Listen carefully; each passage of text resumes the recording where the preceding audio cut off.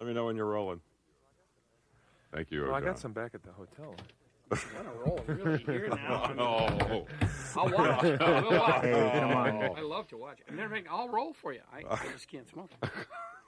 But aren't you now supposed to stay away from guys like him? Oh no, it's impossible. Musician. He would never work. Territory. It's okay. I don't mind it. I don't mind at all. I mean, I love the smell. I just can't smoke. All right. We're rolling. Guys, welcome. Hi. Good to have you here. Thanks. you, man. Good to be here. And, Jeff, I almost feel like I should be talking to you first because the story about David and James, which we'll inevitably get to, probably usually 2/3 of the interview is about that. Then they say, no, Jeff. It's a great story. Great story. No, Jeff. That's absolutely fair. And this is his territory, too. Are you like the, illegitimate son of Django Reinhardt and Stefan Grappelli? Do you have some I'd do you have love some to story say to yes. tell us? I'd love to say yes, but no. All right. Let me start off with the music before we get to the personal stuff. The harmonies are going to invite comparison with Crosby, Stills, and Nash, but it's different. It's warmer in some strange way. Nice. It is its own thing, Naturally, any band that I'm in, would have harmonies, but these ones are very dense and very much their own thing, because it's not just me thinking them up. They're very organic. When we go to work on a song, all three of us are thinking up parts all the time, and the effect is that the band came up with its own harmonic sound. We came up with our own plays, and I'm really happy about it. Yeah, it's a really. I mean, at first you go, oh, okay, harmonies. I know where I am. It's David Crosby. But as you get into it, it takes on an entirely different sound. Although now one time on the phone years ago, you told me that for you this all started with a record of Bulgarian folk music. It was probably one of the strongest influences on me that I ever took place. It influenced me as much as like the Everly Brothers or listening to Asia for a couple of hundred times. It was a record that came out in the 60s called the Bulgarian National Folk Ensemble and Choir under the direction of Philip Kutiv, and it came out on None Such. And later on, they put out a record only a few years ago called Les Voix Mystères, which was essentially the same people, many even of the same women, and much of the same, Balkan folk music. But the original one was a soul stirrer. It was the finest ensemble singing probably that's ever been done. It made people like the Hi-Lo's and the Beach Boys sound loose. I saw them at Lincoln Center, actually. Yeah. Did you? Yeah, they were amazing. They're astounding. Amazing. They're just shockingly good. And they would do things like sing half-tone intervals and rotate around each other, and they can do things we can't. Yeah. And they seriously influenced me. Although you do a lot of things on this album that you haven't done before, because the even though the harmony seems familiar musically, this is more complex. Yes, it is. And the phrase "things that I haven't done before" earns you a gold star in my book. You are a perceptive and wonderful person. I'll tell you the truth, man. In two ways: A, because of my age, I'm in my 50s, and B, because I almost died. Forward motion becomes crucial to me. That I continue to grow becomes a matter of life and death. You just simply have to. You cannot let yourself just be standing there treading water. It's just not good enough, and you can't stand to do it. I felt this driving, incredible need to move forward and do new stuff and forge new music and to push the envelope. Whoever's running things, thank you, nice lady up there. Well, because they put this opportunity in my life to play with these guys, and they are hugely creative guys, and they're younger than me, and they kick my butt. do you kick his butt? Yes. Whenever possible. Whenever we can. No, but I mean musically, do you kick his butt? Well, I don't know. We all kick each other's butts, He I kicks think. ours as well. Yeah. In what way? What way does he kick yours? Well, he's just an amazing singer and songwriter. He just pushes us to really hone in. Mm-hmm. You know. Yeah, and when I was talking about the warmth of the sound and things, your singing is also it sounds more open and personable than it's been in a while. Not to criticize the other stuff you've done, but there's No, I understand that. I think happiness is the greatest tonic, and I'm very happy. I have a 3-year-old little boy who's really affected me strongly. James coming back into my life is a godsend. That I am given a chance to be alive at all. I mean, I almost wasn't. And you were almost ruined from the liver. You could have been killed by the drugs. Yeah. Could have been several times over in the house when the earthquake took it out. I mean, right. I could have got stabbed in prison too. Yep. I mean, it's kind of ridiculous. I'm really on the short end of the odds, and the only thing I think that's appropriate, the only way I can appropriately respond to that is to be immensely grateful and not waste a minute. Just not waste a minute. Go for it. Completely go for it all the time. That's okay. You were going to say freaking, like Yeah, like they do on the lyric sheet here, right? You are so perceptive. Yeah.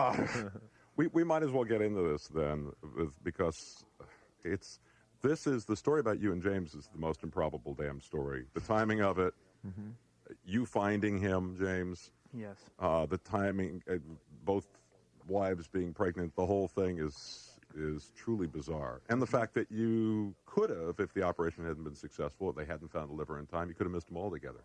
That's right. You could have found out who your father was and never have met. That's very nearly how it went. Tell what were the circumstances? I found my birth mother first. I started looking when I was about 30. I was engaged to be married and decided it was a good time to maybe search for my birth parents. And when I was looking for her, she was looking for me around the same time. So they had 2 corresponding requests. And when they do that, they hook the mother and the child up. And she was living in Australia. And when she signed her papers and I signed mine, they opened the file, as it were. And that's when I saw David's name. Now, it's not like Crosby, though, is a name that nobody has. Did you think at first that it was that David Crosby? Or no, I thought it was this other David Crosby. One of Bing's kids. The lounge singer. He's a lounge singer. He sings at the Normandy Casino on Tuesdays. And I was sure it was him. But it turns out it was this David Crosby. And, it piqued my interest quite a bit. I didn't know how to react at first. I thought it would be really weird for me to come out of the woodwork all of a sudden and bang at his door. So I didn't. I didn't try to contact him for a good year or so. And he became ill, and went in the hospital. And I stepped my efforts up to try to contact him. Because you thought that maybe I thought maybe I wouldn't get a chance to meet him, and I thought that would be a shame that here I had the information and couldn't at least talk to him or see if he was receptive.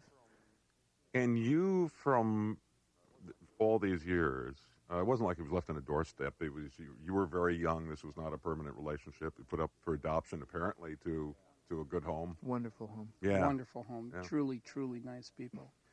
But I beat myself up about it. And, fruitlessly. I couldn't have parented a puppy, let alone a child then. I was just a kid myself. And had in front of me, a bunch of living to do that would have precluded my being a parent. Absolutely, no question. And all the same, you wonder, that such a kid exists, and you wonder, where is he? How is he? Who is he? Mm-hmm. Is he okay? And to have him show up, and be such a completely centered up and very generous and very good human being, and for him to have enough, compassion to understand that I was, feeling kind of badly about it, and I was trying to find some way to say I was sorry to him and to tell me, that he had had a wonderful life and that it was okay. It was it was a huge weight off my heart. If you're making the movie, though, the movie is... we're not going to let him make a movie. Well, no, but even if Hollywood were to make this, it would be, you have that meeting, right before the... It was before... After. It was after the transplant. Yeah. Okay. Yeah. Well, if Hollywood was making it, then, David passes away, having met the son, knowing everything was okay, and then goes on to... Nobody would have the audacity. No, if anybody handed you this one as a screenplay, you would toss it. That David gets better. His son is a musician. Not just a musician. He's a really great musician. And, there's other stuff. Consider now, his wife gave birth to their first child, my granddaughter, Grace Isabella, the day after he met me. So he met his father and became a father in 24 hours. It's fully nuts. Well, at the same time, you were becoming a father again. At the same time, my wife was pregnant with Django. Who is his kid's uncle? Yeah. Yeah. Even though your kid is older. Is older. Right. Yeah. That's Django. Oh, cool. Isn't he? Oh, yeah. Yeah. He is a princeling. Yeah. He's a sweetheart. And so nobody would have the guts to write that. And then that you guys, not and just... that's Grace and Django. That's the two of them. Oh, cool. And that's got to be nice, too. It really is. They love each other. We are wondering which one of us is going to fall the job of explaining why they can't date later. But I'll handle that. Yeah, let Jeff, the disinterested party here, I guess. He can handle that. He's not going to. He's saying, no, we're not letting him anywhere near his daughter. So, okay, he's a great kid. You think this is neat, this is wonderful. All of this. But how do you guys end up in CPR? How does this thing come together? It works like this. I was on tour with Crosby, Stills, and Nash, and we were at Blossom Music Center in Ohio. And Mark Cohen, who's a wonderful singer-songwriter, and has a new record out right now. It's a stunner. Was playing there, and Jeff was playing guitar for him. And I heard this guitar warming up on stage, and it. You know how some musicians just ring your bell? Yeah. Well, it's just got me.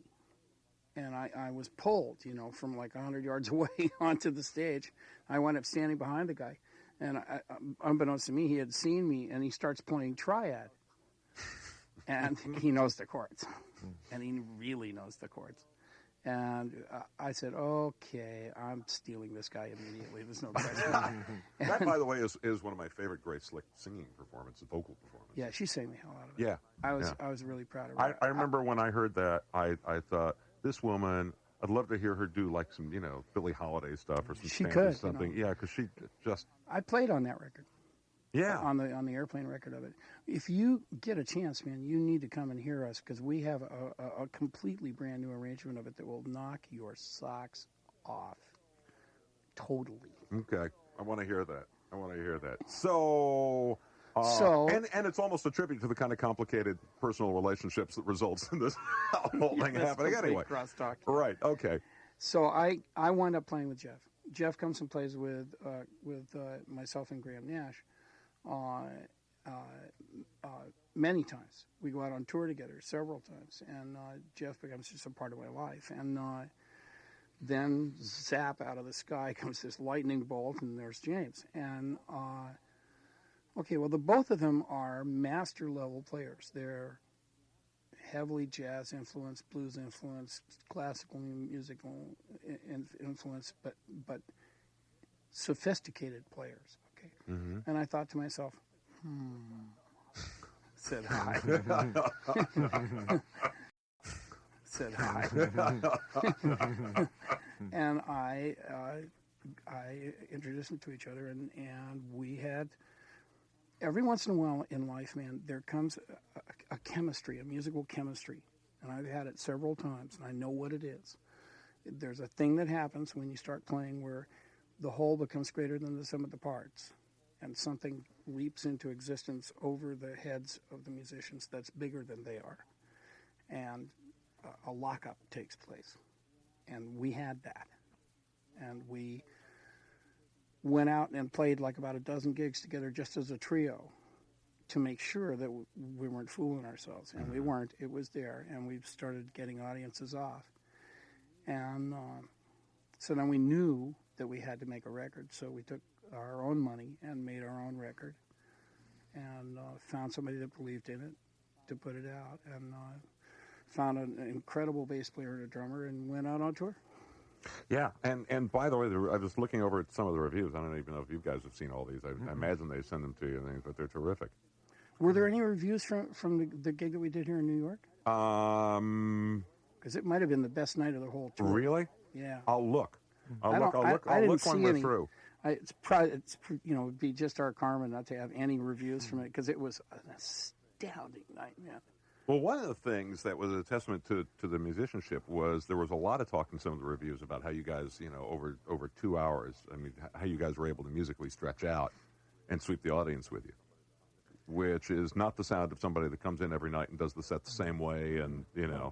No, this band is very much about spontaneity, and every time we play a song, it's kind of like we're playing it for the first time, or at least to play it for that particular time, not to try to recreate the record or recreate any other version, but just totally try to pick the moment and be in the music in that moment. And it's an amazing opportunity here because we all bring in a lot of different flavors. We have a lot of different palettes that we all draw from, so it works well, and we have a real band entity. Mm-hmm. Yeah, we've never played anything the same twice.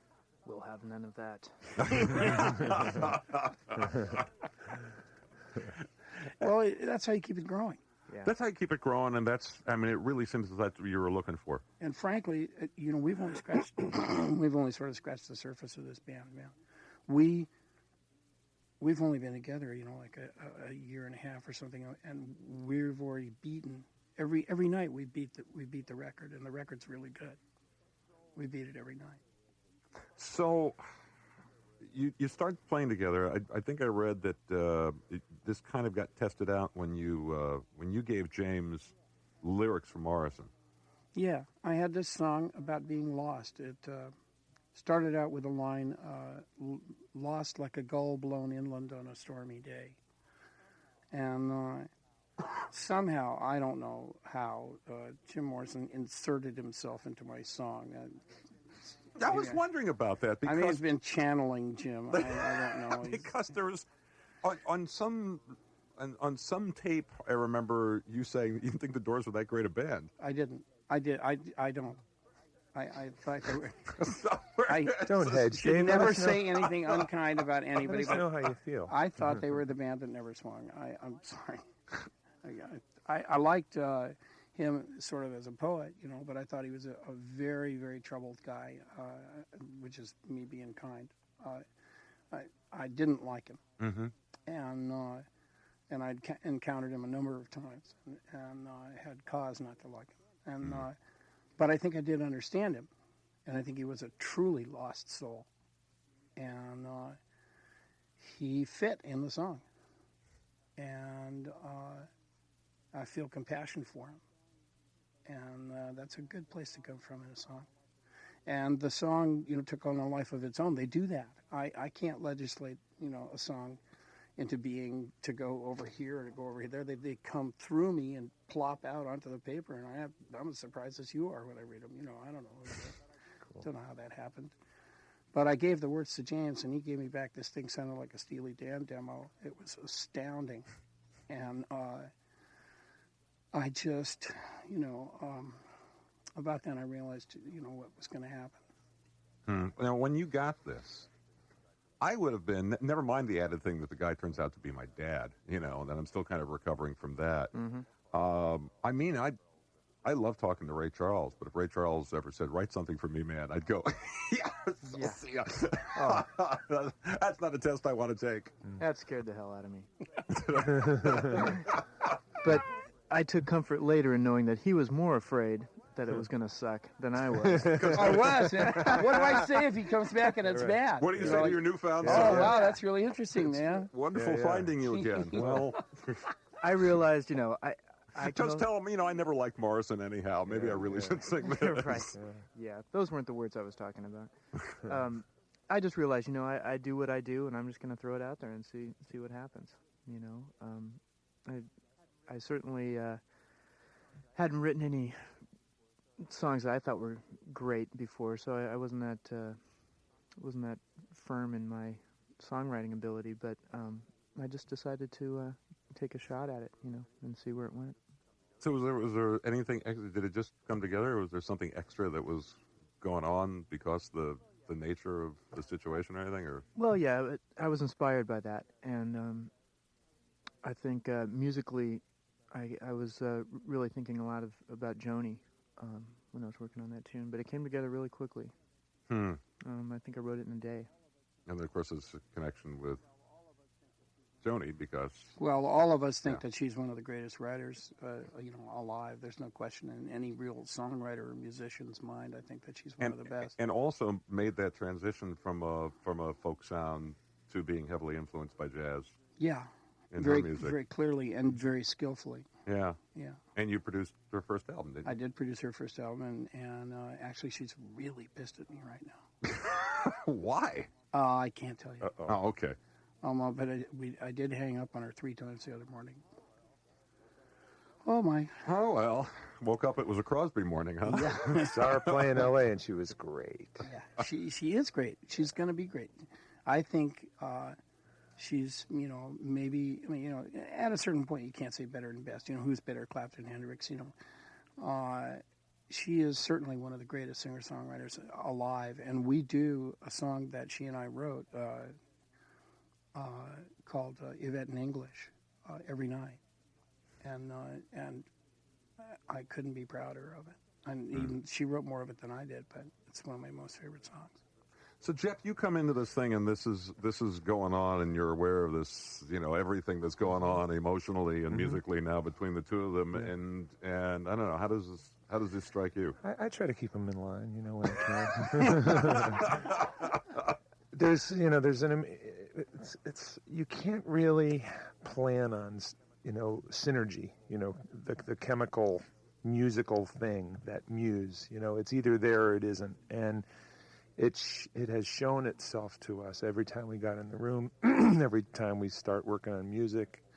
There's just that undeniable thing going on. So it's been a very natural culmination and association, and we're running with it. The songs just come out every time.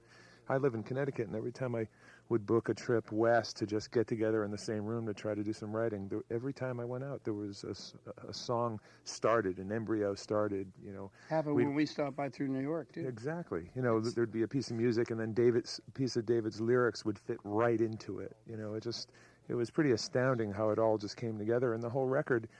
The recording time was like 20 days. I mean, first takes like crazy, just very honest, very, It's very honest music. Your guitar playing is so beautiful. I mean, the only problem is it's not that kind of Ted Nugent thing where people go, oh man, what great guitar. It doesn't, jump. I mean, Well, I'm a big fan of understatement and finesse and trying to play. He's not trying to show off. That's the thing. No, I know. But if you're a musician, you got Some people play the guitar. Both of you guys. Some people play the guitar. Some people play the song. Mm-hmm. See, and that's true of James too, and the keyboard. Neither one of them is trying to show off the instrument. They're trying to play the song. Which I think is why the album grows on you. At least it has on me with each playing. I mean, it's there were songs that I thought were nice the first time that I really got into the second time, and really, really got into the third time.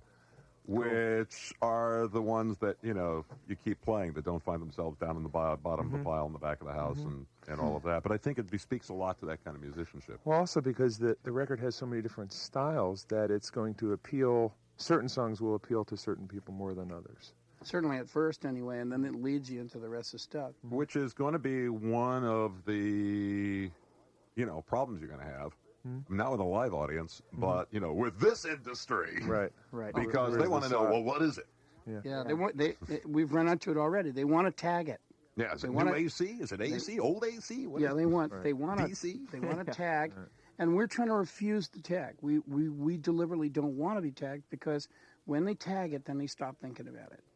They say, "Oh, it's an A46, or it's a 3-inch Mazurban wagon with underslung overheads." Yeah, I made a good career on the 3-inch Mazurpa wagons. And and it isn't. It's its own thing, and we don't want to give it a tag.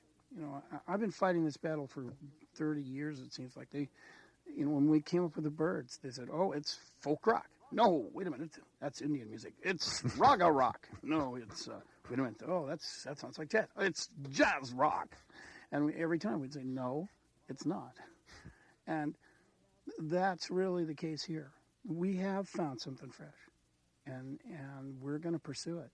And I don't want to let anybody tag it, because nobody's come up with a tag yet that's right. Let me go around the table on influences. We've been through you, Bulgarian folk music. I remember the last time we talked to you, Miles Davis sketches of Spain. Oh, heavily. Yeah, and Everly Brothers, Steely Dan. Steely Dan, no question. Beatles, hugely. Mm-hmm. Bill Evans, McCoy Tyner, a lot of people, man. Tons of music. Bach, Beethoven. A tremendous amount of classical music in our home when I was a kid. Mm-hmm. Tremendous amount. And James? Early on, classical stuff that I was playing on piano, like Chopin and Gershwin, and then a lot of Beatles and Elton John and Stevie and people like that. That's mostly what I listen to. Mm-hmm. And Jeff? Gone through a lot of different periods. I mean, certainly the Beatles, got me into it, and a lot of rhythm and blues stuff. I had the AM radio attached to my pillow at night. So, in the 60s, when you could put on a radio station and hear everything from, Johnny Cash and black music and white music, and it was all... Top 40 gets a really bad rap now, and the old AM stations. I worked at WLS in the early 70s, but the one thing that was kind of cool about the stations is they made the top 40, they played it. Everything. They didn't care what it was. That's and you right. would have these weird things, the Rolling Stones followed by Bobby Goldsboro, well, that's the way and it was just followed by Mike Douglas, followed by God knows what. That was cool. That was the Renaissance. Was cool. That was a Renaissance at cool. that time, I think. Yeah. And luckily, I grew up in that time, so I was very pulled, into a lot of directions. Certainly, being a guitar player, Hendrix and Jeff Beck and Robin Ford and Larry Carlton, and being getting more studio work and. But, Steely Dan, Crosby, Stills, and Nash, certainly, big influence for me. I learned how to play guitar by listening to records, and, I learned my first E minor 9 chord listening to Triad. So it's an interesting thing how the circle, how things come around. That is, and we should explain to our younger listeners that the Beatles are not what they think it is. Most people in their 20s think the Beatles is a Crowded House tribute band. Huh. So... Isn't that sick? I know. You mean Paul was in another band before Wings? Oh, listen, now it's now it's worse than I mean. Paul wrote something before he wrote classical. It's gone past that. Right. It's gotten worse than that, man. Woodstock was a friend of Snoopy's. You were talking about your changes of life. Your lyrics in this album, a lot of it seemed to be about that. Yeah. You can't help it, I mean, as I said, I can't legislate the direction of my writing. It comes very much from my heart, and birth and death, man. That's it. That's right down to the bone, and it happened, one right after another. Yeah, I hate to keep coming back to that whole time, but I can't imagine the intensity of that, of meeting a child you had that you never knew, of having a child, of finding out that you're about to be a grandfather, of fighting for your life, all of that going on at the intensity of that, I can't even... It was what it was, man. Fortunately, I had, a set of tools that told me to take it one day at a time. And I'd already learned, how to handle things that way, and so I did. And fortunately, even more fortunately, I had the love of a great woman. I've been with the same woman for 21 years, and she's a truly fine human being, and I would not have made it without her. But which, by the way, is another improbable part of the story, that both of you get in trouble with drugs. You both go into the system. You both come out okay. Yeah. I mean, usually it breaks you up. It usually breaks people up. Usually, maybe one gets okay. Usually, if people end up in the system, neither one ends up okay. Maybe one ends up okay, the other doesn't. Things for both you guys to come out of this thing. It's all in the short end of the odds, man. If anybody who knew me, for the first half of my, up until my 40s, knew, that it was impossible for me to be with one woman. I mean, I was just like I was a scoundrel. I was trying to cut the widest swath in the world. I was creative. I was impossible to deal with. I was out there. I mean, really out there. And that I should wind up being like a swan or a wolf, man, and mating once for life is just, it's an astounding change and an astounding, thing. But it is the truth. It is how it is. It's called evolution. And and that's how it is. I'm as married as you get, and somehow all of this stuff managed to crystallize inside my head on levels that are not verbal levels. They're more intuitive, imaginative levels. They're not the verbal crystallization level that I talk to you with right here, because these things come out full blown. It's not like I sit there and calculate out, say, I want to write a song about this, and here's how I'm going to never go happens. about it. I write whole paragraphs of stuff that I have never thought. Never. And it just comes out, and there it is my heart on the page, and it's talking about, time is the final currency, not money, not power. The time will come when you will give anything for one more hour. Well, yeah, I guess that's true. And I think, ooh, Dave, you cool. You awesome, buddy. Now, you guys being younger, and not having gone through quite that much trauma, although there's I don't know if anybody's gone through that much trauma. Okay. Although there are kind of unexplained things in your bio where they kind of say there was family stuff that, that we've all gone through our, it's part of life. Okay. But in putting music to this stuff, were you able to relate? Definitely. I mean, obviously from the finished product, but I mean, well, I think that's one of the profound and somewhat unexplainable things about music. That music becomes this therapy, maybe this way to channel some of this anger and fear and confusion, catharsis.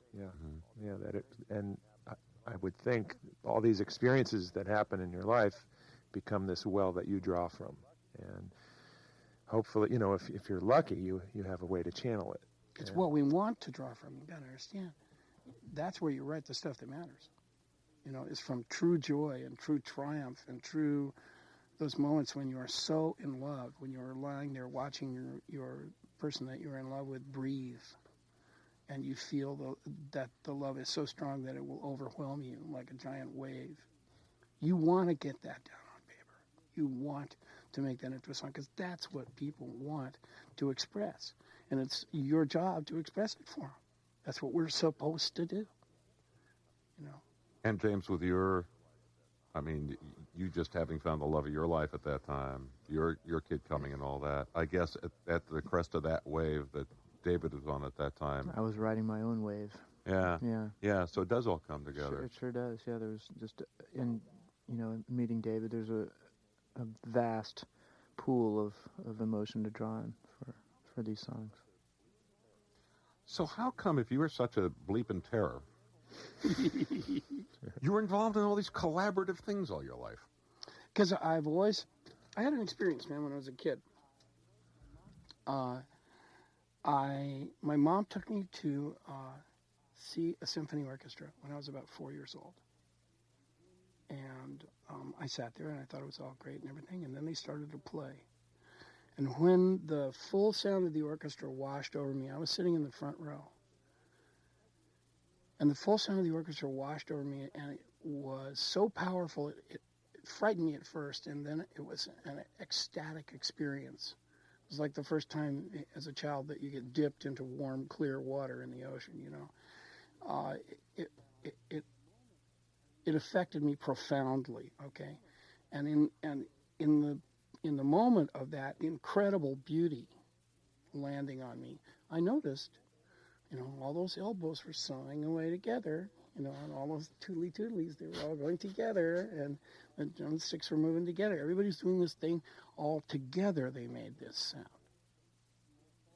I knew that was how they did it.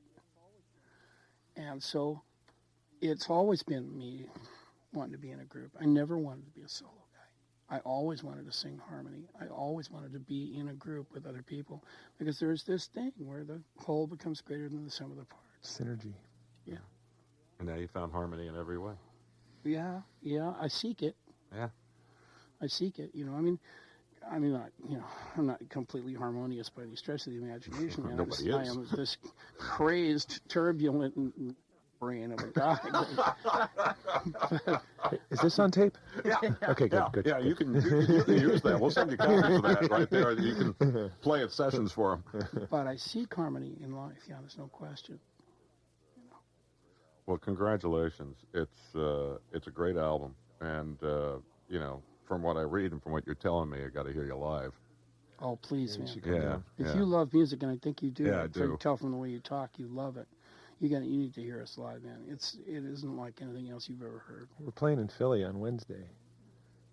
This Wednesday? Yeah, this Wednesday, TLA. I will be unfortunately sitting here doing this, but soon when you're around, I'll We'll get be back again. I'll get a tour information from from the press.